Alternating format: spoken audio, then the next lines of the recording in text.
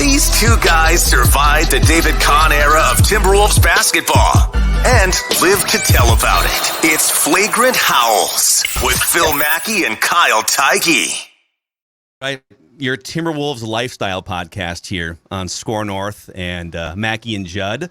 And Kyle, this is the first, so we're like a month into these shows here. We got just a gift dropped in our laps when, I don't know, the Timberwolves traded their entire future for Rudy Gobert.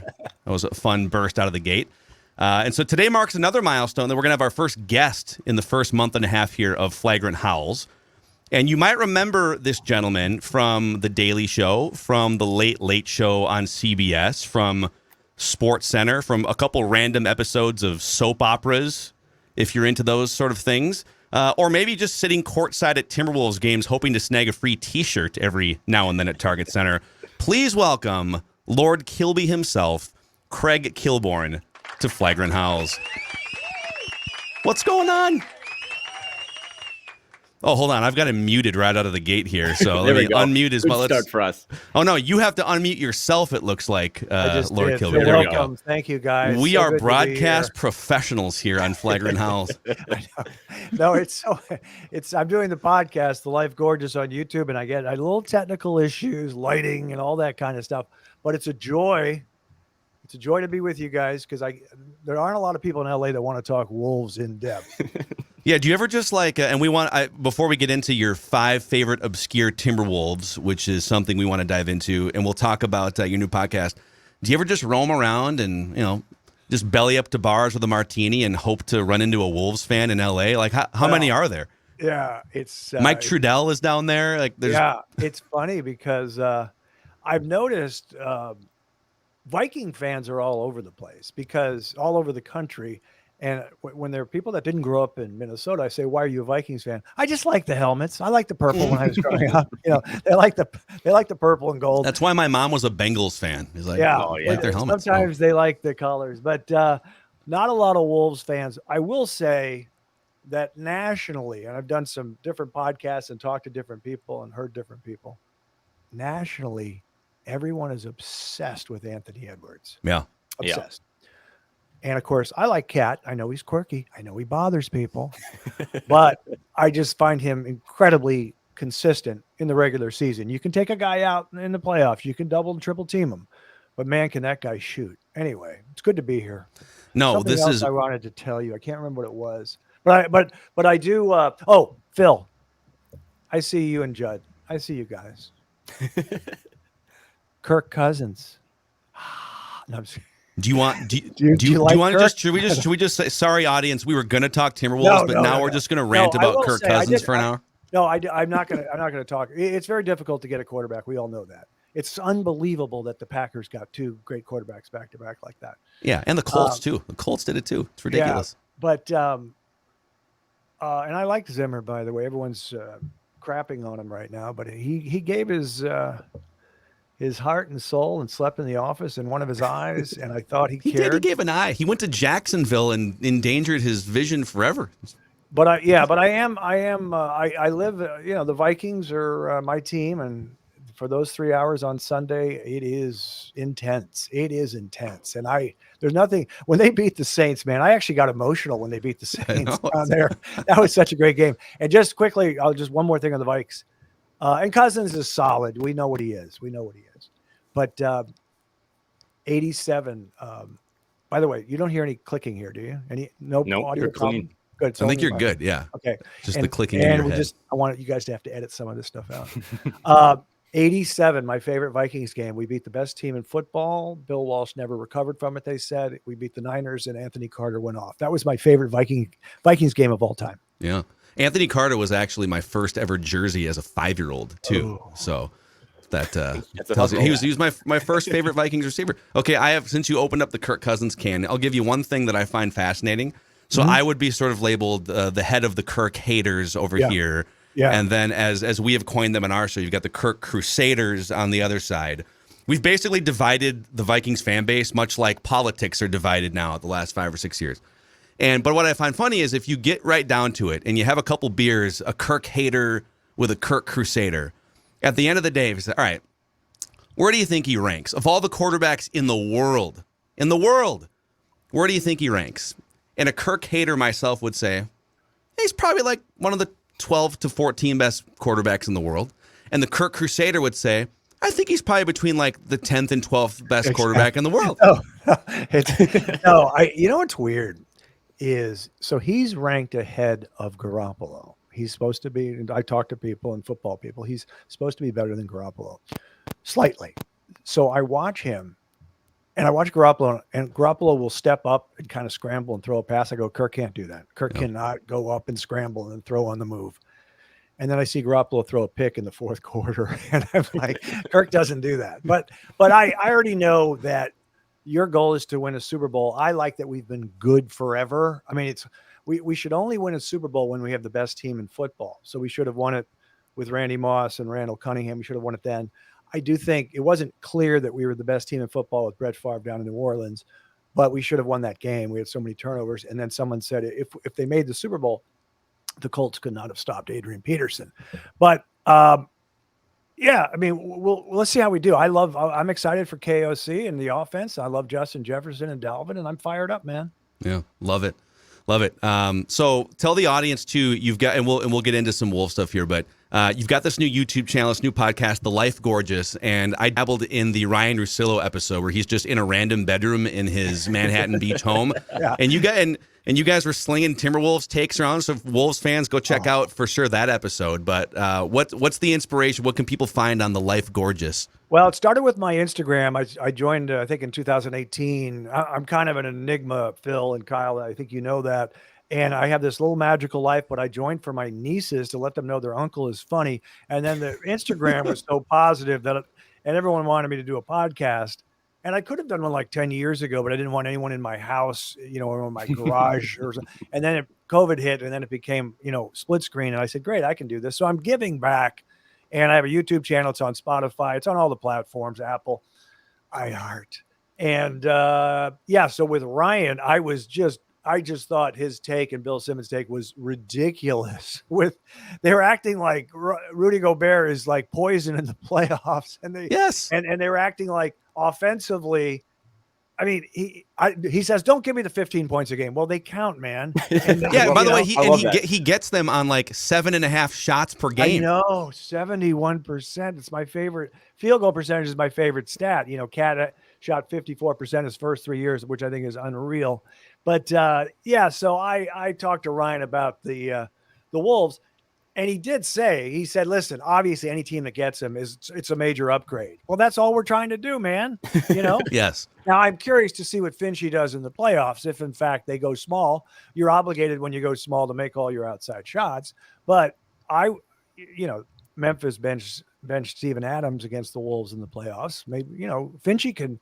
I've already heard him say he's going to be stubborn and just play the big man. Well, you can adjust and make, play a small lineup. We could put Ant at the 5. Let's get crazy. Kyle, we did like 2 full episodes. The first 2 episodes of Flagrant Howls were just like Gobert episodes. Kyle, what is your favorite anti-Gobert narrative that you've shot down so far in the last month, fighting with people on Twitter and on this podcast? I think just in general, it's like the over-under, right? We talked about that last week. They won 46 games last year, and the over-under this year is 47.5. So they add a 3-time Defensive Player of the Year. They add this, multi-time All-Star who just turned 30, by the way. It's not like he's in his 30s. He's like 6 weeks from 29.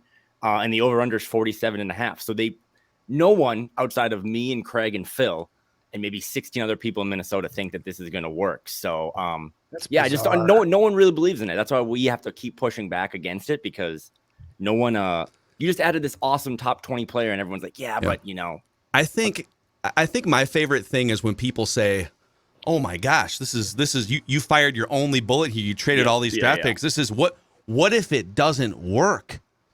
And I come back and say, have you watched the last 32 years of Timberwolves basketball? It's not like we're sitting on this Lakers level heritage of, oh man, if you do something crazy and it doesn't work, then all of a sudden you might not be relevant for a few years. Like we'll be fine. Yeah, I have them. I'm just saying a round number of 50 wins. I'll be happy with 50 wins. The West is tough and Kawhi is back and the Pelicans are going to be better.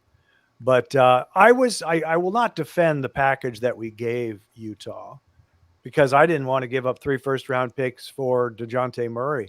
But obviously you kind of understand that these first round picks are going to be in the 20s, and we screw up all the time. A lot of teams screw up, and the chances are low that these guys are going to be ball players anyways and make it in the league.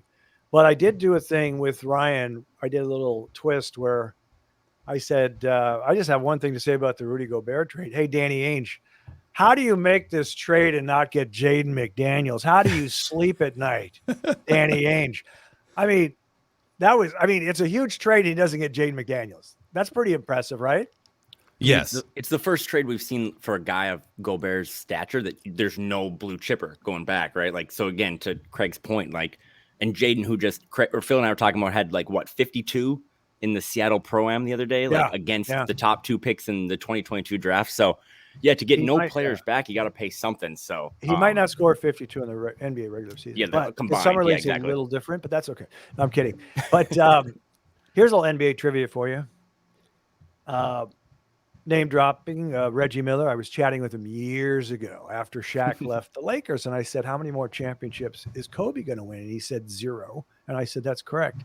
And then they made a trade, and they traded for Pau Gasol from Memphis, and they never gave up a top 7 player, the Lakers, because Memphis didn't want Lamar Odom. But they did get the draft pick, which was Marc Gasol. But anyway, we did well by keeping Jaden, in my opinion. Yeah. That Pro-Am 52-point performance, unbeknownst to me, was happening about a mile and a half down the street from where I live here, and I was kicking myself. I saw the highlights on the local news. I'm like, wait, could have just walked down the street and seen this. So, why don't you live in Minnesota? Is it a long story? It's a longer story for another podcast, another day. Okay. Spent 35 great years in Minnesota. Might spend more at some point in my life, but my wife and I are hanging out. And by the way, Kyle lives in Portland, so we're like holding it down up and down the West Coast here. We've got 3 states covered here. This is pretty much the West Coast Timberwolves fan base right here. Wow, it is. That is interesting. So I'm a North Dakota kid, Craig, but been out here for 7 years. So Phil and I kind of got to hold each other's back because not a lot of Timberwolves fans in the Pacific Northwest. Do you guys, I assume like me, you watch all 82 games? Every game. That was one of my questions for you, is that when you watch all these games and you're not on Twitter, like you said earlier, who do you reach out? Are you on like a Timberwolves text thread? Like who do you talk to about guys, your take? Okay. Ryan Tanky and Ethan Casson. I know those guys. They work in the front office, and I know some local media guys, and it's fun.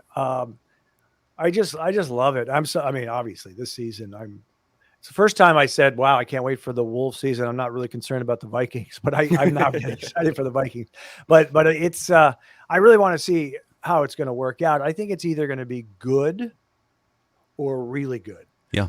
I don't think it's going to be anything below. I think we will win more games. I mean, barring injuries and stuff, but I think it'll work out well. Yeah. Yeah, we were talking off mic before we fired up this podcast. I remember, I was an intern and then kind of did part-time and weekend hosting and stuff at KFan Radio from 2005 until 2010. And I remember, because I was just a loser in my early 20s, living downtown Minneapolis with nothing to do, single, and I would go to all those crappy post-KG Wolves teams with Kurt Rambis and so I remember thinking to myself, I'm going to go to all these games. I'm going to put in my time. I'm going to build some connections for my career. But I want to say that I was here on the ground level when the Wolves rise back to prominence, which didn't happen for 10 more years. And I remember seeing you, at least for the openers, like you would sit courtside for some of those just atrocious Timberwolves teams. And I remember thinking, man, Craig Kilborn is an oddly loyal Timberwolves fan. This is amazing. Yeah, people make fun of me in LA. I've told this story many times, but years back, it was Saturday night. My friend wanted to go out and drink. He wanted to start early at 5, which I enjoy because I like to get to bed early. And I said, I got to watch the Wolves game. It starts at 5, 7 o'clock in Minnesota. And he said, you're the only one in LA who cares about this game. You're the only one who cares about this game. And it was Al Jefferson and Randy Foye, and we lost a close game at home to Charlotte or whatever. But I do care. The reason I went to those games, I went to the first 2 games of the Johnny Flynn era. Kurt Rambis was there. A friend of mine knew Kurt, and they knew a friend, and they had a private jet, and they wanted to support Kurt. So we went to the first 2 games, which was we beat the Nets at the buzzer, Damian Wilkins, and then the second game was LeBron in Cleveland. But That was too bad. I mean, I don't do it. Prior to the draft, I said just take Steph Curry, even though, out of college, he wasn't a surefire. He was a skinny guy from Davidson. But I just said, I like shooters, just take him. And I had heard that he said, I don't want to play for Minnesota. And I also think David Kahn wanted a point guard and said, he's not a point guard. Well, but anyways, it was a debacle, obviously. But there have been so many, Chris Dunn over Jamal Murray. The list goes on and on. Man.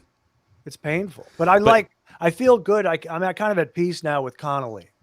Yeah. No, I feel like you're always kind of waiting for the other shoe to drop, just looking at this franchise. But if you didn't know anything about the history between, 2005 and 2018 or 19, you would say they've kind of nailed this. Okay, they went out. They got a couple new badass minority owners here who are going to take over. They did a good job kind of schmoozing the Taylors and going and eating Becky's lasagna down in Mankato and like, hey, do you mind if we make some moves here and double Connolly's salary and steal him? And Glenn's like, yeah, whatever, it's fine.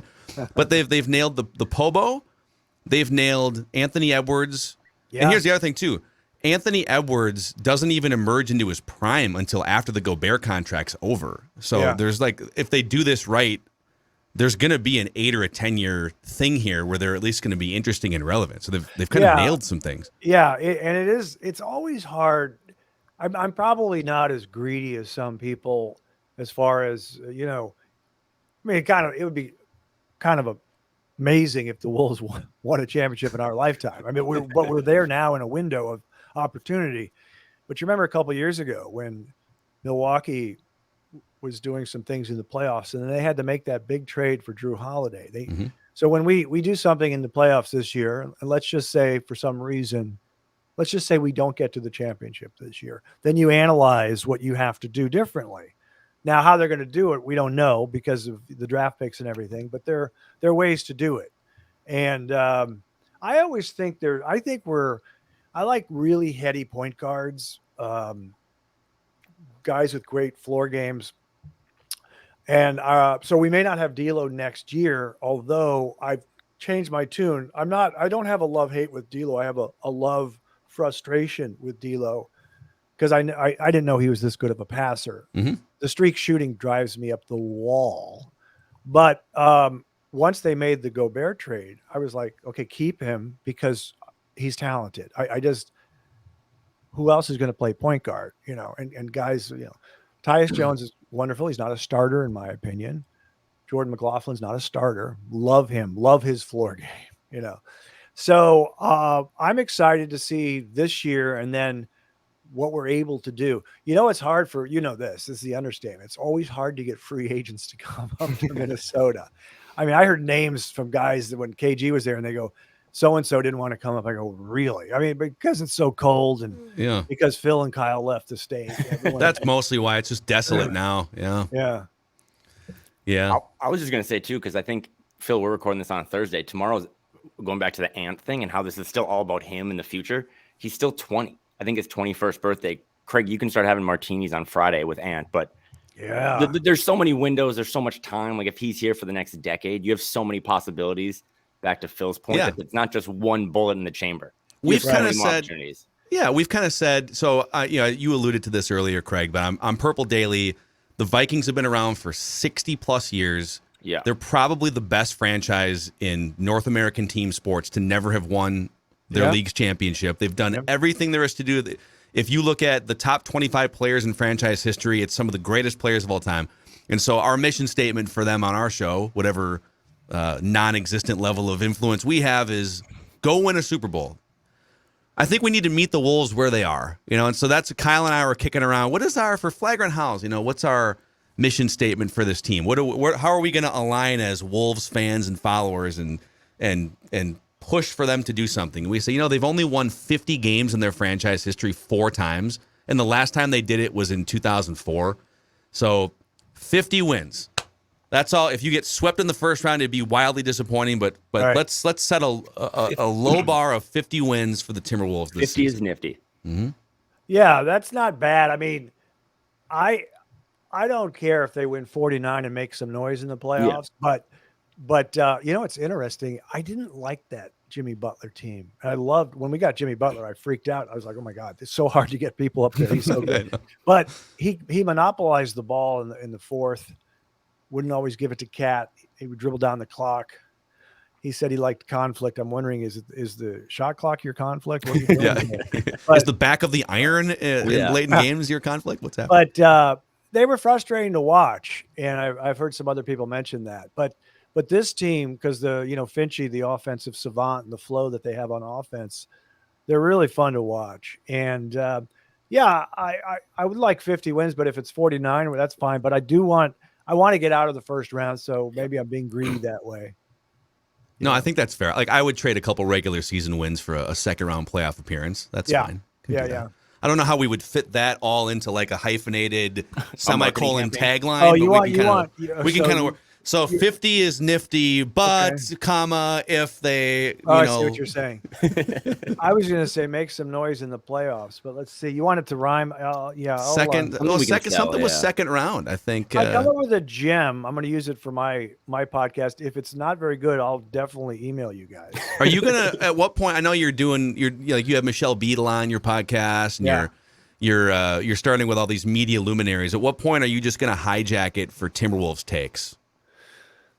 I'm supposed to have Finchie on. I mean, that's gonna be a good one. But I'm waiting. A-Rod is very, very nice to me. He's a really good guy, and Mark Laurie, they're nice.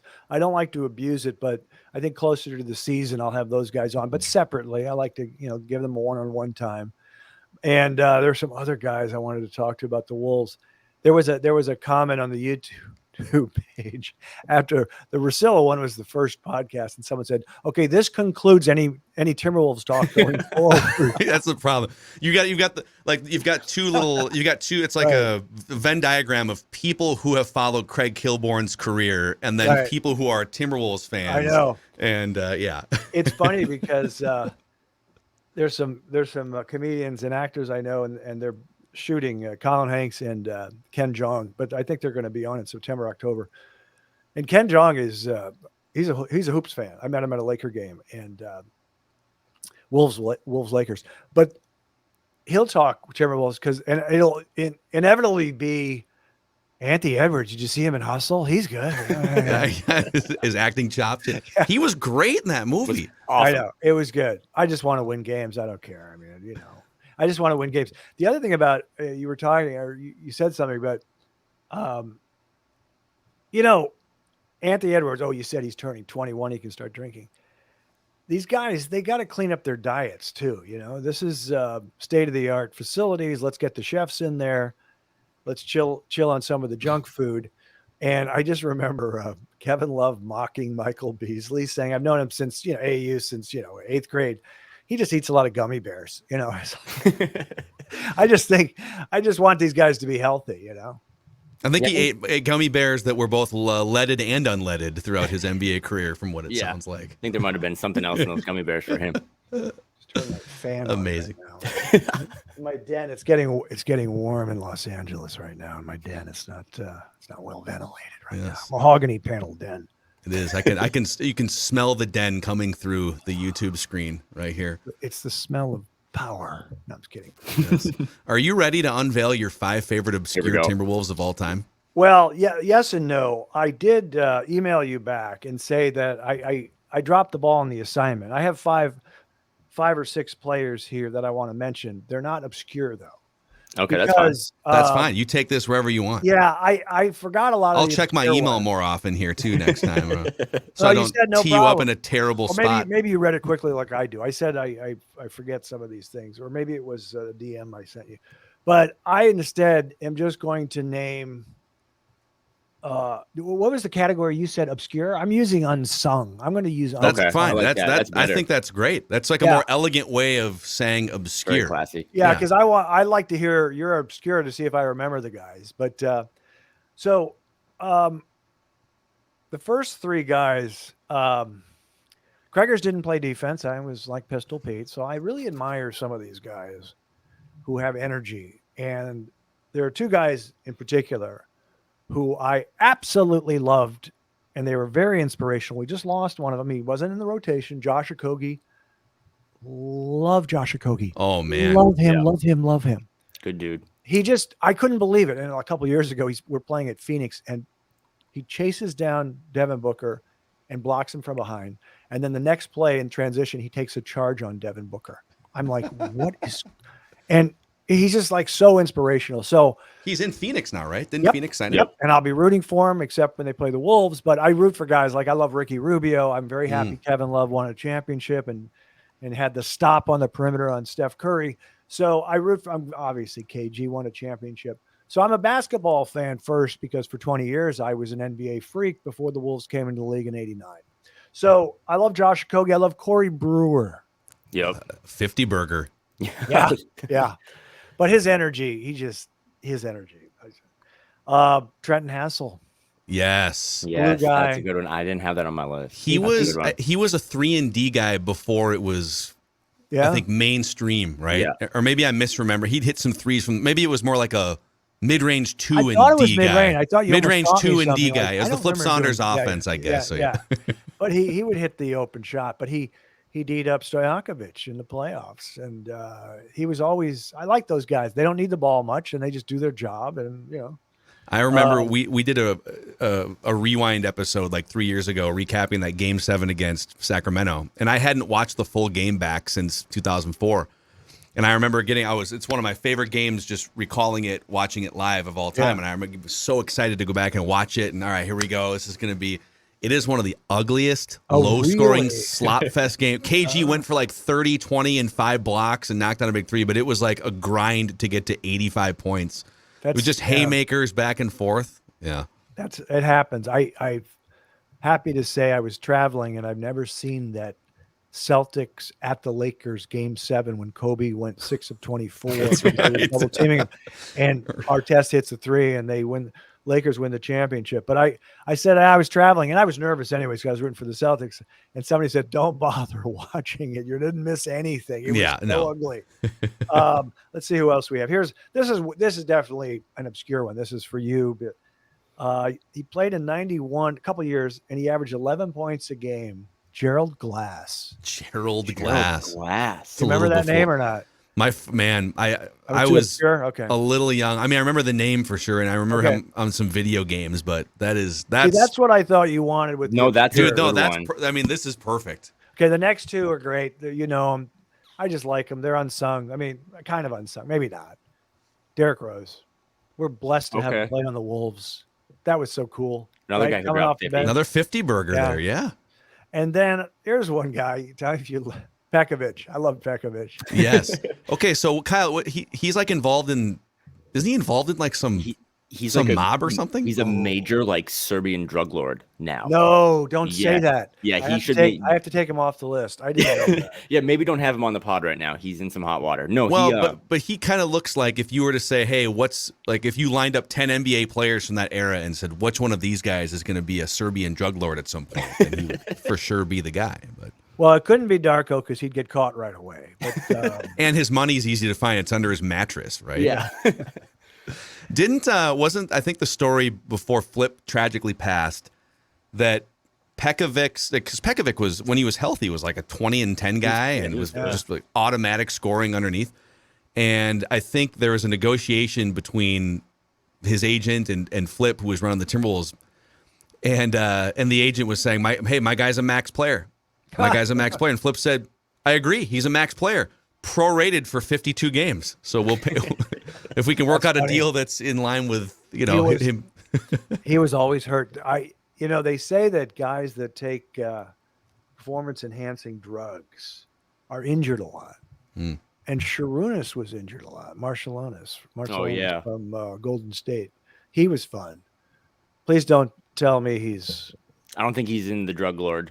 Good. I think he's safe. He's a Colombian drug lord, actually, now. That's crazy. And don't ever say anything about Arvydas Sabonis to me. That's unsavory, please. He was one of my favorite players in the 90s, too, where you'd throw him the ball at the top of the key. He'd set the cigarette down on the three-point line, take a step in, and knock down a jumper. I remember I was talking when Rambis was the coach. Again, I knew him through a friend, and I talked about Arvydas. And he says, Kirk's like, he takes he put his hands up and he said he'd be at the top of the key and he'd throw a pass to the wing to spin, but he'd put spin on it so it would spin into the post to Rashid. Yeah. Like, he could do these passes. Oh, because I love passing. I mean, it's just so beautiful. You know, they should do that. If we could go back in time, I think ESPN just ran like a 30 for 30 on the old And One mixtape tour. Wouldn't it be funny to go back in time? So we got Hot Sauce and AO and Helicopter and the Professor, but then just throw like a skilled passing. Like Vlade Divac is also on the team, or Arvydas Sabonis. I love that. I love passing. So what do you guys think of Finchie? Because it looks like, my understanding is everybody in the organization adores Finchie, and so do I. Yeah. Kyle, go ahead. I'm a huge fan. I think he's the most down-to-earth coach you could have, too. Like, I think Craig, if he was in your city, he would just have beers with you and just nerd out over hoops. And I think he's also a really good people person, which in 2022, you got to not just know X's and O's, you got to relate to, like you were saying earlier, a bunch of kids who don't have clean diets. So I think he's going to be a really good person to have in that locker room because, they lost Rubio after that first year and then they lost Pat Bev. So there's still a void in there in terms of kind of some leadership stuff. Yep. And I think Finchie fits that well. So Phil, what do you think? Yeah, I agree with, you just said something about Pat Bev. I didn't care for Pat Bev, but he did a great job. That's right. I mean, it's like Larry Miller, the Utah Jazz owner. I don't want to win a championship with Dennis Rodman, but what Pat Bev did was amazing. So I don't know who's going to take that role. I don't know who that is. The tough guy player on the court, because Finchie doesn't play. So I don't know who that could be an issue, and people mock Rudy Gobert, his French and all this kind of stuff. And they mock Cat. So I don't know who the tough guy is. Yeah, it's probably like Taurean Prince. Because Prince, they love Prince in that locker room. They got Kyle Anderson too, who's been around. Kyle Anderson was going to be who I was going to say. But they don't have that true enforcer. But I mean, they've got guys, and I think Anthony Edwards just kind of step. Remember when Ant had that thing with Jimmy Butler that one game? Yes. Where Jimmy stepped to him and Ant just stood there and was laughing. That's probably Ant's new role as well. Yeah. Yes. Finchie, I think the best, and I have not met Finch in person, so I can't speak to like the vibe of getting a beer with Finchie. Would love to at some point, but I think just watching him coach the last 2 years, the best compliment I can give him is that he can coach guys hard and get on guys and even rip guys in post-game press conferences and stuff, and they still talk about him unprompted. They'll bring him up as being a great coach and a great leader, and so if you can. It's one thing to be a player's coach, and I think this is maybe where I think Ryan Saunders I love Ryan Saunders. I think he was put in a horrible position 5 years too early, and I hope at some point he works back up to be a coach. But Ryan was a player's guy, but maybe wasn't sometimes able to get coaching messages through the way that he wanted to. And so if you can be a player's guy, but also create some separation and get on them, Finch seems to have sort of the best of both of those things. Right, and I also think the positive energy is, in my opinion, Tim Connolly, Chris Finch. I've said before that I believe that Mark Lowry and Alex Rodriguez, I could be dramatic and say they gave us a few more wins. From the standpoint is the players just know, wow, this franchise is more significant than it was before. Because they're both charismatic.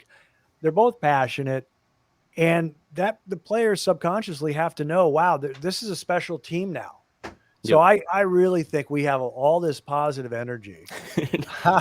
Game's over. Shoes off. Game's over. One of the most brilliant celebrations. Right, because I go there, and if I have these really expensive Alden loafers, and if I put them up and someone takes them, I don't know what's going to happen. I mean, if someone walks by and spills ketchup on them or something, it's not worth the risk. You said something off air about my heart out 20 minutes.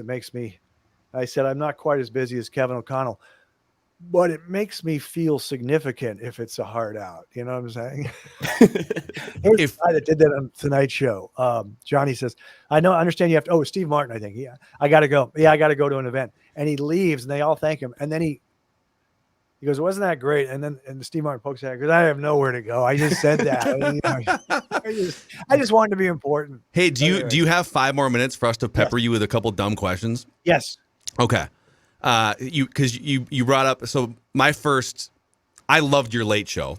Thank you. And I mean, I feel like I have 5 hours worth of questions I could ask you, but who were your 2 or 3 favorite guests? Not in maybe celebrity stature, or maybe they are, but just like, they're coming on, and for 10 minutes, it's going to be a freaking blast. Well, I've gotten this question before. So Bill Murray was a hero to me, and Bill Murray did I interviewed him on the Daily Show, and he did my first show at CBS, and he doesn't do a pre-interview.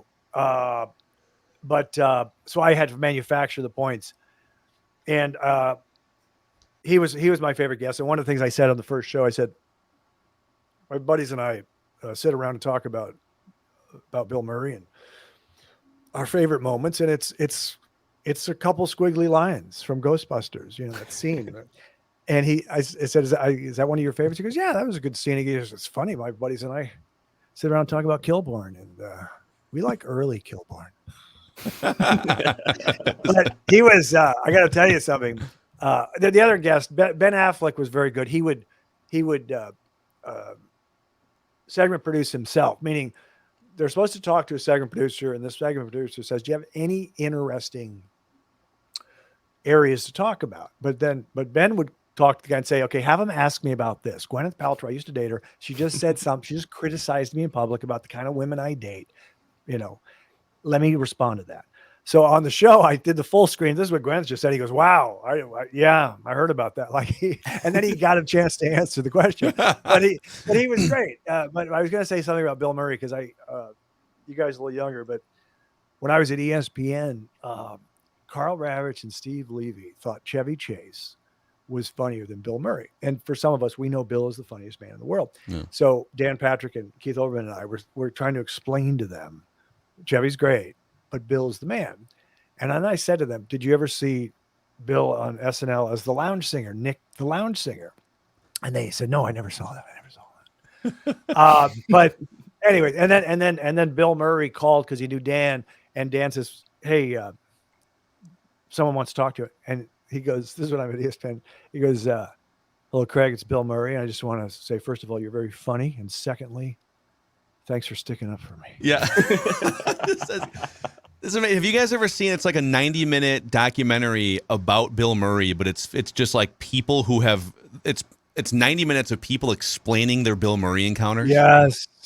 It's incredible. Bill Murray's not actually in it, but it's all these people Doesn't saying, he go around, he's in a town and he'll go to a house party and start cooking or mixing drinks, right? All of a sudden he's like drumming with the house band at a house party, and then he's cooking the tater tot hot dish with you, and then the cops show up, and it's like Bill Murray comes to the door to say, hey, it's okay, we got it under control, and the cops leave, Right. I got to tell you something. So one of my things I try to tell my friends and stuff is if you meet a celebrity, or you say, or if I introduce them to somebody, a celebrity, they may have run into them before. And so they want to remember, hey, do you remember when we met? I said hi to you and you signed my thing. And I said, they're not going to remember that because they do it with 1 million people. So just be cool. But when I was in local TV in Salinas, Monterey, before I went to ESPN, there was this little period of, I hadn't been hired at ESPN yet, but I was down in LA on a vacation in the summer. And there was Bill Murray and a buddy waiting outside this deli at the Promenade in Santa Monica, waiting for their car, and no one was bothering them. And I never go up to celebrities. I never do this. This is when I was in local TV. But he had been so funny at the Celebrity Pro-Am, the Pebble Beach Pro-Am. He's done it for years. He just does joke after joke. He misses a putt. The ocean's too loud. He comes out of the porta potty and starts singing Sound of Music. I mean, he does all this stuff. So I went up to him and I started talking to him. I said, hey, it was in 93. I go, so you're going to be Letterman's first guest? What's that audio, by the way? I don't know. I think the garbage cans outside, the garbage truck. Here, we'll throw Kyle on mute for a second. There we go. Okay. So I went up to Bill and I said, you're really funny I've seen you up at the Celebrity Pro-Am up in Pebble Beach. You're really funny. Are you going to be the first guest on Letterman in August or September? Because it was a few months before that. And he was the first guest on the CBS show. And he said, yeah, maybe. I think so. I think he was very nice. And we chatted a little bit. And then he said, who are you? And I took it to mean, you seem like a cool guy. That's how I took it. Who are you? I said, I'm nobody. I'm just a guy, not important. Because I wanted to meet him when I was actually accomplished something. Yeah. So then months later, maybe 6 months later, I'm at ESPN and he calls me and I do, hey, do you remember meeting me? I did what I said not to do. You know what I'm saying? Because I got excited. And he goes, actually, I do. You think he was lying? I don't know. I have no idea. We literally just had this conversation with our friend Patrick Royce today on a podcast, and he said John Gallardi, the longtime St. John's Division III football coach, the legendary John Gallardi, would always rant to anyone within earshot that, like, so St. John's they didn't have a cap on their roster. It was just 150. If you wanted to play football at St. John's, you could just come and get the 5th number 12 or something and stand on the sidelines. And so former players would walk up to John Gallardi all the time throughout his career and say, hey, remember me? And it puts him in this impossible spot of saying no. Exactly. And so his message is always, when you walk up to someone, don't ask them if they remember you, because now they're screwed and you're screwed. Be specific about who you are so they can lie to you and say they remember you. Good point. And one more point. I know you guys got to run and we got to go out to the garbage truck. Kyle's got to throw some stuff out. But, Kyle's, yeah. But I made the mistake. I was at the CBS Late Late Show and I was at a In Style magazine party at some hotel, drinking and saying hi to people. And some guy comes up to me with his girlfriend, and he looks kind of familiar, but he had a big smile, like he was so happy to see me. And I just thought, he was young, and I said, I think he was an intern at ESPN, I think. Because I'd worked at ESPN, The Daily Show, now I'm at the Late Late Show. And I said, I made the mistake. I said, I'm sorry, I don't remember your name, which I shouldn't have said. I should have just said, nice to meet you. Yeah. Nice to see you again. It was Heath Ledger, the actor. And he was not big yet, but we did a favor for his publicist, and he was a second guest on our show, on the CBS Late Late Show, like a month ago. And I just couldn't remember. Oh, no. And gentlemen, he never did the show again. Oh, so embarrassing. Rest in peace, though. He was very talented, and he tragically passed early, but he was, you can't say certain things. You got to say, yes, great to see you again. So he was probably promoting one of my favorite rom-coms of all time, if it's right around the late 90s, 10 Things I Hate About You. Yeah, that sounds right. Yeah. Julia Stiles, just it's a good all-star cast, man, for sure. Yeah, she was on the show. Oh, I wish I could tell. There's some other stories. Yeah, I'm gonna tell you something, but I'm not gonna give you the details.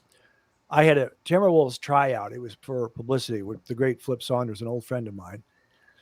And so you had the coaches, Jerry Seasting, you had Mark Madsen was on the team. You had these different people. And without mentioning any other names, they would come up to me and say, hey, what's so-and-so look like in person? I think she's really beautiful. And they would, one of the guys mentioned Julia Stiles, they would mention, what's that beautiful actress from Britain? I can't remember. Kate Beckinsale. Yes. So somebody asked one of the coaches or somebody. I always knew Jerry Seasting was a huge Kate Beckinsale guy. I could see it on his face. I don't know if it was Jerry Seasting, and I can't talk out of school, but it was funny. It's always funny. I can tell you, like the podcast I dropped today on Spotify and Apple and YouTube is my friend Mike Gibbons, Gibby, who's really funny. I used to have him on the show, and he loved Jennifer Love Hewitt. I mean, he was just like, did you see those leather pants? And I was like, yeah. And then, of course, I thought the models from Prague, the Sports Illustrated models from Prague, the Nemkovas and all that, Verakovas were so beautiful. But he was into Jennifer Love Hewitt. And it just makes me laugh when, guys have different types or they find certain people attractive, I love it, man. And by the way, that podcast, if you weren't paying attention earlier in the episode here, shame on you. It's The Life Gorgeous.